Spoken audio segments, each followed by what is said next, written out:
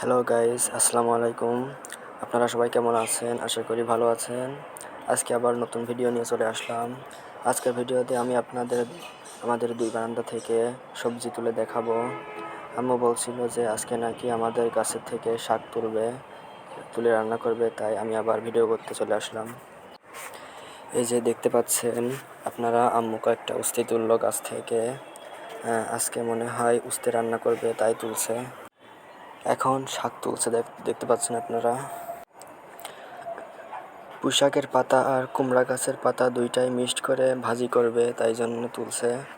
এগুলো ভাজি করে খেতে অনেক মজা। আপনারা দুইটা মিক্সড করে ভাজি করে খেয়ে দেখতে পারেন কেমন লাগে। আমাদের গাছের উস্তে যেগুলো বেশি পেকে হলুদ হয়ে যায়, তখন সেগুলো শুধু ভর্তা করে খায়, আর তরকারিতে মাছ দিয়ে রান্না করে খায়, যেগুলো শুধু বড় বড় হয়ে যায় সেগুলো। এই বারান্দা থেকে সব কিছু তোলা শেষ হয়ে গেলে আম্মু আবার মনে হয় ওই বারান্দায় যাবে। ওই বারান্দায়ও অনেক আছে এখনো। এই যে আপনারা দেখতে পাচ্ছেন যে পুঁইশাকের পাতাগুলো কি সুন্দর, অনেক সুন্দর দেখা যাচ্ছে। যেই পাতাগুলোর বেশি বয়স হয়ে গেছে সেইগুলা তুলছে মনে হয়। আপনারা সবজি গাছ লাগালে যদি যত্ন না নেন গাছের, তাহলে গাছ আপনাদের ফলন দিবে না।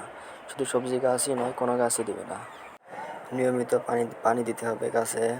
আর যেদিন বৃষ্টি হবে, ভেজা ভেজা থাকবে, তখন পানি না দিলেও হবে, সমস্যা নাই। আম্মু বলছিল আর কয়দিন পর সিম গাছও লাগাবে। তখন কিভাবে বারান্দায় সিম গাছ লাগাতে হয় আপনাদের ভিডিও করে দেখাবো। আমাদের বারান্দায় নিচ থেকে দেখলে অনেক সুন্দর দেখা যায়।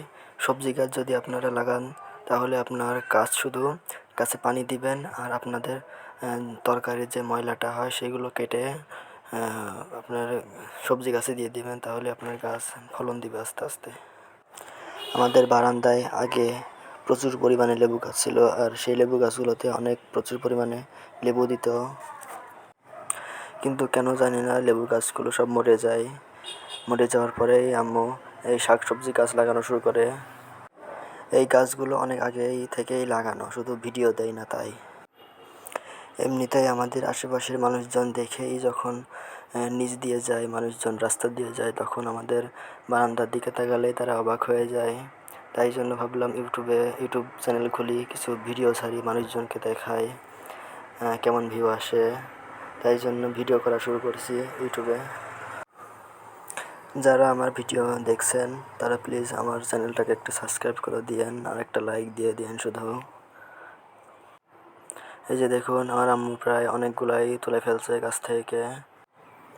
অনেক পুঁই শাক আর কুমড়ার শাক তুলছে, আর উস্তেও অনেক হয়ে গেছে তোলা। এখন আমার মনে হয় ওই বারান্দায় যাবে তুলতে।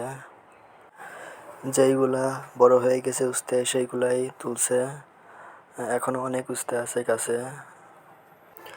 ওই উস্তেগুলো কয়দিন পরে আবার বড় হয়ে যাবে, তখন আবার আমরা রান্না করে খাবো সেগুলা। এই যে আমরা আমাদের দ্বিতীয় বারান্দায় চলে আসছি।